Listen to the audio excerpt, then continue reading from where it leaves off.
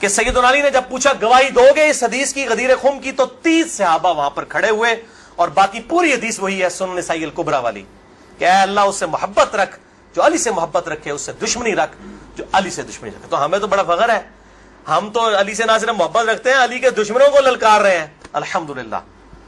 تو اللہ تعالیٰ اسی عمل کے سبب، اس عمل کا وسیلہ اللہ کے حضور پیش کرتے ہیں کہ اللہ تعالیٰ ہمیں محبوب رکھے، آمین۔ بھائی یہ غدیر خم پہ آپ صلی اللہ علیہ وسلم نے خطبہ کیوں دیا؟ اس کی میں نے حکمت کئی لیکچرز میں بیان کی، یہاں پہ بھی بیان کر دوں۔ یہ آپ خطبہ حجۃ الوداع پہ بھی دے سکتے تھے، وہ روایتیں ضعیف ہیں۔ غدیر خم اس موقع پر پہنچ کر سب لوگ عرب کے جا چکے تھے سوائے اہل شام کے اور اہل مدینہ کے، اور اہل شام صفین میں سیدنا علی کے خلاف کھڑے ہوئے، اور اہل مدینہ میں جو کچھ لوگ تھے انہوں نے اہل مدینہ کے ساتھ زیادتی کی، کچھ ان کے ساتھ زیادتیاں ہوئی۔ اہل مدینہ اور اہل شام کو اصل میں ڈرایا گیا، کیونکہ واقعہ ہرہ میں اہل مدینہ کے ساتھ ظلم کیا یزید نے، اور صفین میں جو ہے وہ حضرت معاویہ جو فوج لے کے آئے وہ شامیوں کی تھی۔ اس لیے نبی صلی اللہ علیہ وسلم نے حضرت علی کے بارے میں یہ کرٹیکل حدیث وہاں پر بیان کی تاکہ شامیوں کو اور اہل مدینہ کو ڈر سنا دیا جائے۔ یہ اس کی ٹیکنیکل ریزن تھی، یہ کوئی خلافت والا معاملہ نہیں تھا۔ وہ تو بخاری اور مسلم کی متفق علیہ حدیث ہے، صحیح بخاری میں 4460 نمبر حدیث ہے۔ سیدنا طلحہ نے جب پوچھا عبداللہ ابن ابی اوفا سے کہ بتائیے کیا نبی صلی اللہ علیہ وسلم نے اپنا وصی کسی کو منایا؟ انہوں نے کہا کسی کو نہیں منایا، آپ نے ہمیں قرآن پر چلے رہنے کی وصیت کی تھی۔ یہ جو وصی رسول والا ایشو ہے یہ اجماع صحابہ ہے، میں نے پورا لیکچر ریکارڈ کروا دیا ہے، مسئلہ نمبر 55B، وصی رسول کون ہے اور حدیث قرطاس کا تحقیقی جائزہ۔ وصی رسول نہ سیدنا ابو بکر ہے نہ سیدنا علی ہے، بلکہ قرآن حکیم ہے۔ سیدنا ابو بکر کی جو خلافت اسٹیبلش ہوئی وہ اجماع صحابہ تھا رضی اللہ عنہم اجمعین وعلیہم السلام۔ یہ سارے طریق میں جتنے بیان کر رہا ہوں نا یہ آپ کو مل جائیں گے سلسلہ احادیث صحیحہ میں 1750 نمبر شیخ البانی کے اور 2223 میں۔ سیکنڈ لاسٹ ترک 7واں المستدرک للحاکم میں انٹرنیشنل نمبر کے مطابق 4711 زید ابن ارقم سے۔ یہ بڑے خطرناک الفاظ ہیں۔ زید ابن ارقم ڈر جاؤ، زید ابن ارقم کرو جڑی روایتیں انہوں نے بیان کی تھی ہمیں۔ زید ابن ارقم کہتے ہیں کہ نبی صلی اللہ علیہ وسلم نے فرمایا تھا غدیر خم پر کہ میں اپنے بعد 2 بھاری چیزیں چھوڑ کر جا رہا ہوں، قرآن اور اہل بیت، یہ قیامت تک اکٹھے رہیں گے یہاں تک کہ حوض کوثر پہ آ کے مجھ سے ملاقات کریں گے، قرآن اور اہل بیت۔ یہ حوض کوثر پہ ملاقات کر کے کیا لینا ہے انہوں نے؟ بخاری اور مسلم کی حدیث ہے انصار تم پر ظلم ہوگا، صبر کرنا یہاں تک کہ حوض کوثر پہ مجھے آ کے ملنا۔ بخاری مسلم میں حدیث ہے انصار کی محبت ایمان کی علامت ہے۔ انصار پہ ہی تو ظلم کیا گیا، واقعہ ہرہ کیوں ہوا تھا؟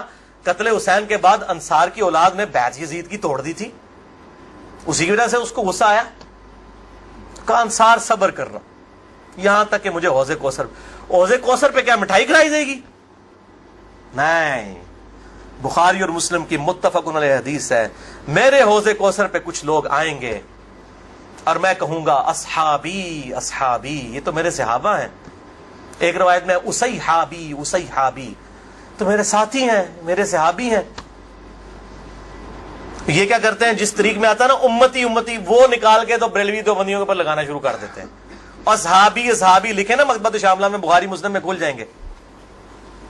تو آپ صلی اللہ علیہ وسلم فرماتے ہیں کہ میں جب ان کو حوض کوثر سے پلانے لگوں گا میرے ان کے درمیان ایک دیوار کھڑی کر دی جائے گی اور مجھے کہا جائے گا اللہ کے نبی آپ کو نہیں پتا آپ کی وفات کے بعد یہ لوگ دین سے الٹے قدم پھر گئے تھے، انہوں نے دین میں بدعتیں جاری کر فرماتے ہیں میں کہوں گا سحقن سحقن لمن غیر بعدی سحقن سحقن لمن بدل بعدی، ان پر پھٹکار ہو جنہوں نے میری وفات کے بعد میرا دین بدل دیا، جنہوں نے میری وفات کے بعد میرے دین میں تغیر کر دیا۔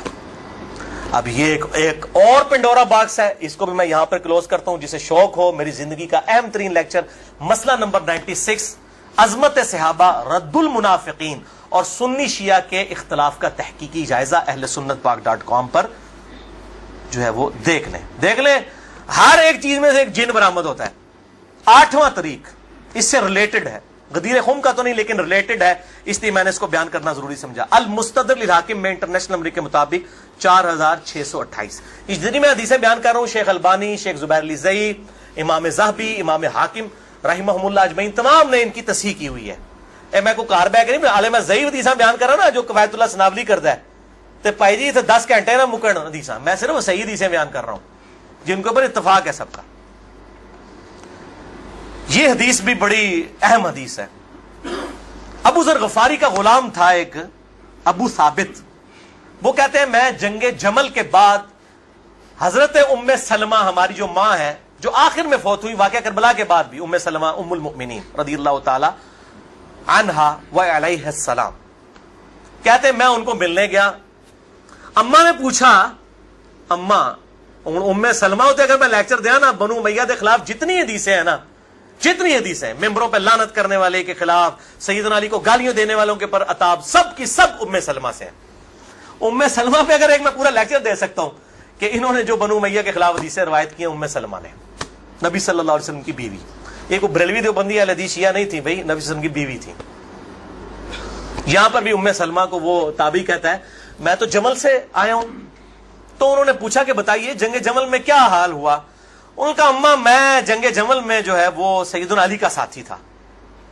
اچھا، کہتے ہیں لیکن صبح کے وقت جب میں نے اپنے مخالف لشکر میں سیدہ عائشہ کو دیکھا تو میرا دل ڈولنے لگ پڑا کہ یہ ٹھیک ہے یا وہ، حالانکہ وہ تو کتنی حدیثیں ہیں کہ میری ایک بیوی پہ خوف کے کتے بھونکیں گے، حدیث خوف پہ پورا باب شیخ البانی نے باندھ دیا، میں نے 72 حدیثوں میں نقل کیا، سیدہ عائشہ پہ کتے بھونکے، اس کے بعد پوری زندگی روتی تھی، وہ تو ابن زبیر ان کو آگے لے گئے، اس کے بعد سیدنا علی نے ان کو معاف بھی کیا، اور ایک الگ سے ایک ٹاپک ہے، مسئلہ 101 میرا دیکھ لیں۔ بہرحال سیدہ عائشہ رضی اللہ تعالیٰ عنہ کو دیکھا دل ڈگمگا گیا، کہتے ہیں پھر میں نے جب ظہر کی نماز پڑھی تو اللہ نے میرے دل کو مضبوط کر دیا کہ نہیں علی حق پر ہے، تو ہم نے جنگ کی، اور ظاہر ہے وہ تو کلین سویپ ہوا، سیدنا علی جنگ جیت گئے۔ تو ام سلمہ نے پتہ کیا کہا؟ انہوں نے یہ نہیں کہا کہ یہ مشاجرات صحابہ مجھ سے کیوں ڈسکس کر رہے ہو، دو ہی ٹھیک نے، انہوں نے کہا ابو ثابت تو نے بڑا ہی اچھا کام کیا، میں حضور کی بیوی ہوں، میں نے خود نبی صلی اللہ علیہ وسلم سے یہ بات سنی تھی کہ قرآن اور علی یہ قیامت تک ساتھ رہیں گے یہاں تک کہ یہ مجھے حوض کوثر پہ آ کر ملے۔ اس سے مراد ہی کہ حضرت علی زندہ رہیں گے، مراد یہ ہے کہ علی کا جو سٹانس ہے اور قرآن یہ ساتھ ہیں، دونوں علی اور قرآن ساتھ رہیں گے یہاں تک کہ حوض کوثر پہ آ کے مجھے ملے۔ اوتھے نازمیاں دی لگے گی پھینٹی، حوض کوثر تے تم ملن گے تو پھر یہی کچھ ہوئے گا نا، سحقن سحقن لمن غیر بعدی، وہاں پہ یہ ہوگا۔ اچھا، تو یہ الحمدللہ سارے طریق مکمل ہوئے۔ آخر میں 3 حدیثیں بیان کر کے اس کو کنکلوڈ کرتا ہوں۔ المستدرک الحاکم میں صحیح سند کے ساتھ 4717 نمبر حدیث ہے، ایک طریق شیخ البانی شیخ زبیر علی زئی دونوں نے صحیح کہا، امام حاکم امام ذابی نے موافقت کی کہ آپ صلی اللہ علیہ وسلم نے فرمایا اللہ کی قسم ہم اہل بیت کے ساتھ جو بغض رکھے گا اللہ تعالیٰ اسے ضرور دوزخ میں داخل کرے گا۔ کہتے ہیں یزید کا معاملہ اللہ پہ چھوڑیں، امام ذہبی نے لکھا ہے کہ سب سے بڑا ناسبی یزید تھا، اللہ پہ چھوڑیں، بغض نہیں تھا، جو ممبروں پر لعنت کرواتے تھے بغض نہیں تھا، یہ پتہ نہیں کیڑی ایکویشن ہے، تو جھوٹا دفاع کرتے ہیں بنو امیہ کا۔ اور اسی کا طریق ہے 4712 نمبر اور سلسلہ حدیث صحیحہ میں 2488 شیخ البانی لے کر آئے ہیں، یہ بہت خطرناک ہے۔ آپ صلی اللہ علیہ وسلم فرمایا اگر کوئی شخص پوری زندگی حجر اسود اور مقام ابراہیم کے درمیان نمازیں پڑھتا رہے اور روزانہ روزہ رکھے اور اس حال میں مرے کہ اس کے دل میں بغض اہل بیت ہے، اللہ کی قسم ضرور دوزخ میں ڈال دیا جائے گا۔ وہ تو اڈیاں روائی دانا کس کام دیا نے بھائی، تو اڈیاں پکڑیاں کس کام دیا نے؟ اگر بغض اہل بیت ہے، باڑ میں گیا سعودیہ کا پیسہ، باڑ میں گیا ایران کا پیسہ، اپنی آخرت کی فکر کرو کہ نا خوش کر دے پو تسی اللہ دے بندے ہو، ایا کرو۔ دوسری حدیث امیر المؤمنین سیدنا ابو بکر الصدیق رضی اللہ تعالیٰ عنہ علیہ السلام کا قول، صحیح بخاری میں حضرت حسین والے چیپٹر میں ہے، نبی صلی اللہ علیہ وسلم کی بیویوں والے چیپٹر میں نہیں ہے۔ امام بخاری نو پتا سی کہ اہل بیت کون ہے، اسپیشل اہل بیت کون ہے اور یوزول اہل بیت کون ہے۔ امام بخاری حضرت حسین والے چیپٹر میں اس کو لے کے ہیں 3751 سیدنا ابو بکر صدیق رضی اللہ تعالیٰ عنہ علیہ السلام کہتے ہیں کہ محمد صلی اللہ علیہ وسلم کی محبت کو اہل بیت کی محبت میں تلاش کرو۔ یہ ابو بکر صدیق کا فتویٰ ہے، رفع دین میں تلاش نہ کرو، محمد صلی اللہ علیہ وسلم کی محبت کو اہل بیت کی محبت میں تلاش کرو، اور اہل بیت کو حضرت حسین والے چیپٹر میں لے کے آئے 3751. اور آخری حدیث صحیح مسلم میں وہ ریپیٹ کر لیں 240 نمبر کتاب الایمان میں. سیدنا علی کہتے ہیں اس اللہ کی قسم کہ جس نے دانے کو پھاڑ کر اس میں سے اناج اگایا اور ہر مخلوق کو پیدا کیا، نبی امی نے مجھ سے عہد لیا تھا کہ اے علی تجھ سے صرف مومن ہی محبت کرے گا اور تجھ سے بغض صرف منافق ہی رکھے گا. اب محبت علی کا یہ مطلب نہیں ہے کہ غلوف کرے یا مشکل کشا ماننا شروع کر دیں. مراد یہ کہ جو ان کے صحیح جتنے بھی فضائل آئے ہیں ان کو مانا جائے الحمدللہ، اور ان کے دشمنوں سے دشمنی رکھی جائے. یہ بھائیو اب آج کی گفتگو کنکلوڈ ہوئی. میں آخر میں پھر وہی کہوں گا کہ یہ میرا جو ریسرچ پیپر ہے 5B واقعہ کربلا کا حقیقی پس منظر 72 صحیح الاسناد حدیث کی روشنی میں، اسے ضرور پڑھیں. اہل سنت پاک.com سے research paper number 5B download کریں. میں اپنی گفتگو کا اختتام کروں گا امام محمد بن ادریس الشافعی المتوفى 204 ہجری کے اس مشہور شہر پر جو ان کے دیوان الشافعی میں چھپا ہوا ہے. کسی مولوی کی سند کی ضرورت نہیں، ان کی اپنی کتاب ہے دیوان الشافعی. اور تمام محدثین چاہے ابن تیمیہ ہوں، امام ذہبی ہوں، ابن کثیر ہوں، سب نے اپنی کتابوں میں اس شعر کو نقل کیا ہے. چونکہ میرے پہ بھی فتویٰ لگنا ہے تو میں بتاؤں کہ میں کوئی اکیلا نہیں ہوں، ہمارے بزرگوں پہ ان کے بزرگوں نے فتوے لگائے ہیں. امام شافعی سے بڑا کوئی اہل سنت کا امام نہیں ہے. احمد بن حنبل ان کا شاگرد ہے، اور احمد بن حنبل صرف حدیث میں ایکسپرٹ ہیں. امام شافعی وہ ہیں جو حدیث میں ایکسپرٹ، فقہ میں ایکسپرٹ، منطق میں ایکسپرٹ. ان سے بڑا کوئی امام نہیں اہل سنت کا. اور امام بخاری ان کے پوتا شاگرد، امام ترمذی ان کے پڑپوتا شاگرد، اور خود امام مالک رحمہ اللہ وعلیہ السلام کے شاگرد ہیں. دیوان الشافعی میں ان کا شعر ہے ان کان رفضا حب آل محمد صلی اللہ علیہ وآلہ وسلم. اگر آل محمد کی محبت کا نام تم کہتے ہو رافضی ہونا ہے، شیعہ بھی نہیں رافضی، فَلْيَشْهَدِ الثَّقَلَانِ أَنِّي رَافِضِي. تو جنوں انس گواہ ہو جاؤ، اے بریلویو دیوبندیو اہل حدیث شیعہ سب کے سب، چاہے جنوں میں ہو چاہے انسانوں میں ہو، من الجنت والناس، وہ والا بھی من الجنت والناس، گواہ ہو جاؤ. فَلْيَشْهَدِ الثَّقَلَانِ أَنِّي رَافِضِي. ہاں میں پھر رافضی ہوں، میرے رافضی ہونے پر گواہ ہو جاؤ. یہ امام شافعی کا جو ہے شعر ہے. اس پہ میں نے گفتگو کنکلوڈ کی. باقی آپ اس میں دیکھیں. اللہ تعالیٰ سے دعا ہے جو حق بات میں نے کہی اللہ تعالیٰ ہمارے دلوں میں راسخ فرمائے. اگر جس بات میں میرے منہ سے کوئی بات نکل گئی تو اللہ تعالیٰ ہمارے دلوں سے محو کر دے. اللہ تعالیٰ ہمیں کتاب و سنت کی تعلیمات پر عمل کر کے دوسرے بھائیوں تک پہنچانے کی توفیق عطا فرمائے. سبحانک اللہم و بحمدک اشہد ان لا الہ الا انت استغفرک و اتوب الیک وما علینا الا البلاغ المبین. درود شریف ایک دفعہ ضرور پڑھیں. اللہم صلی علی محمد وعلی آل محمد کما صلیت علی ابراہیم وعلی آل ابراہیم انک حمید مجید.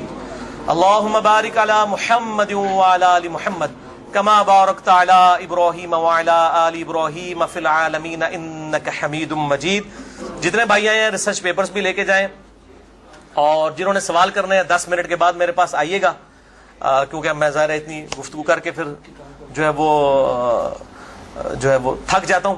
جزاک اللہ خیرہ، جزاکم اللہ خیرہ، وما علینا الا البلاغ المبین. ٹھیک ہے، اسے بند کر دیجیے.